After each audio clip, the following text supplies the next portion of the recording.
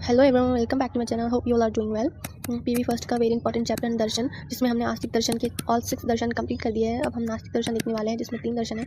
ऐसे टोटल 9 दर्शन हम लोग कंप्लीट कर देंगे और हमारा दर्शन चैप्टर कंप्लीट हो जाएगा। जो हमें एक दर्शन कोई भी 5 मार्क्स या 10 मार्क्स के लिए LAQ SAQ आने वाला है। सो अब हम नास्तिक दर्शन देखते हैं। जो हमने आस्तिक दर्शन के पॉइंट्स देखे थे, ये उनके अपोजिट है। फर्स्ट है, जो वेदों को नहीं मानते, परलोक को नहीं मानते, कर्म फल को नहीं मानते, ईश्वर पर श्रद्धा नहीं रखते, आत्मा की देह से भिन्न सत्ता नहीं रखते और इनकी संख्या 3 होती है। वो होते हैं चार्वक, बौद्ध और जैन। अब हम एक एक करके इन तीनों को देखेंगे। सबसे पहले देखते हैं हम चार्वक दर्शन। इसकी पर्याय है लोकायत दर्शन, बृहस्पत्य दर्शन, भौतिकवाद और वैतंडिकवाद। इसके प्रवर्तक है बृहस्पति। उसके प्रवर्तक है बृहस्पति। चार्वक का मीनिंग देखते हैं। चारु का मतलब मीठी और वाक का मतलब बोली, तो चार्वक का मतलब हो गया मीठी बोली। इसके प्रमुख बिंदु देखते हैं। सबसे फर्स्ट है सुखवाद, प्रमाण, चार्वक दर्शन और महाभूत, स्वभाववाद, चार्वक दर्शन और आत्मा, चार्वक दर्शन और ईश्वर, चार्वक दर्शन और मोक्ष। चार्वक दर्शन, इन सब के बारे में क्या क्या कहा है वो हम लोग इसमें देखने वाले हैं। तो सबसे पहले देखते हैं हम लोग सुखवाद। जब तक जीना है मृत्यु से बिना डरे प्रसन्न होकर जिए। इसका ये अर्थ नहीं कि दूसरों को दुख देकर जिए। यदि अपने पास धन ना हो तो दूसरों से घृत पीना चाहिए, मीन्स उधार लेना चाहिए। मृत्यु के पश्चात शरीर को पुनः आते किसने देखा है? तो ये हुआ हमारा स्वभाववाद। देखते हैं इन्होंने प्रमाण कौन से माने हैं। इन्होंने केवल प्रत्यक्ष प्रमाण माना है। नाव देखते हैं चार्वक दर्शन और महाभूत। इन्होंने सिर्फ केवल 4 महाभूतों को स्वीकार किया है, वायु, तेज, जल एंड पृथ्वी। इन्होंने आकाश को नहीं माना, क्योंकि आकाश को प्रत्यक्ष ज्ञान से नहीं देखा जा सकता, इसलिए उसको चार्वक दर्शन ने स्वीकार नहीं किया। तो चार्वक दर्शन और आत्मा। नेक्स्ट है चार्वक दर्शन और आत्मा। देखते हैं चार्वक दर्शन आत्मा की स्थिति को नहीं मानता। जब तक शरीर है तब तक चैतन्यता है, शरीर ना रहने पर चैतन्यता भी नहीं रहती।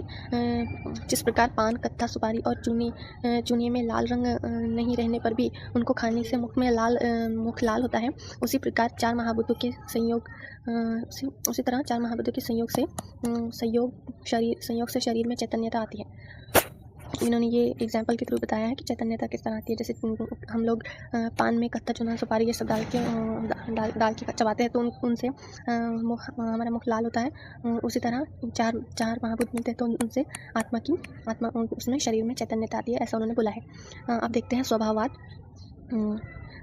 महाभूत के संयोग को स्पष्ट करने के लिए स्वभाववाद कहा गया है।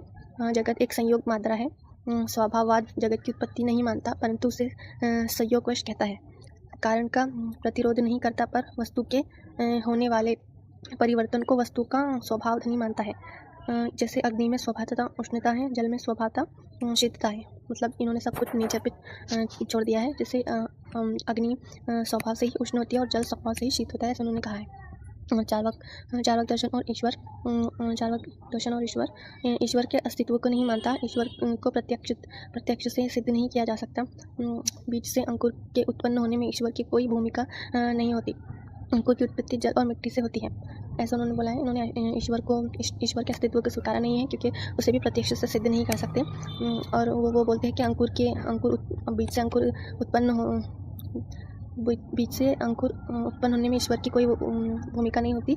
अंकुर की उत्पत्ति जल और मिट्टी के संयोग से होती है, ऐसे उनका मतलब था। चार्वक और मोक्ष। चार्वक दर्शन का मत है कि सांसारिक सुख ही स्वर्ग है, सांसारिक दुख ही मोक्ष का साधन है, क्योंकि मृत्यु के पश्चात वेदना नहीं होती। चार्वक दर्शन का मत है कि जो संसार का सुख है वही स्वर्ग है, और संसार का जो दुख है वही मोक्ष है, मोक्ष का साधन है, ऐसा उन्होंने कहा है। और बोला है कि मृत्यु के पश्चात शरीर को वेदना नहीं होती, इसलिए उन्होंने मृत्यु को मोक्ष का साधन मान लिया है। इसमें बुक में इसके ग्रंथ, टीका वगैरह भी नहीं दिए हुए हैं, और आयुर्वेद से कंपैरिजन भी नहीं दिया गया है, इसलिए हमें ये चार्वक दर्शन यहीं पर एंड होता है। अब हम अगली वीडियो में बौद्ध दर्शन देखने वाले हैं।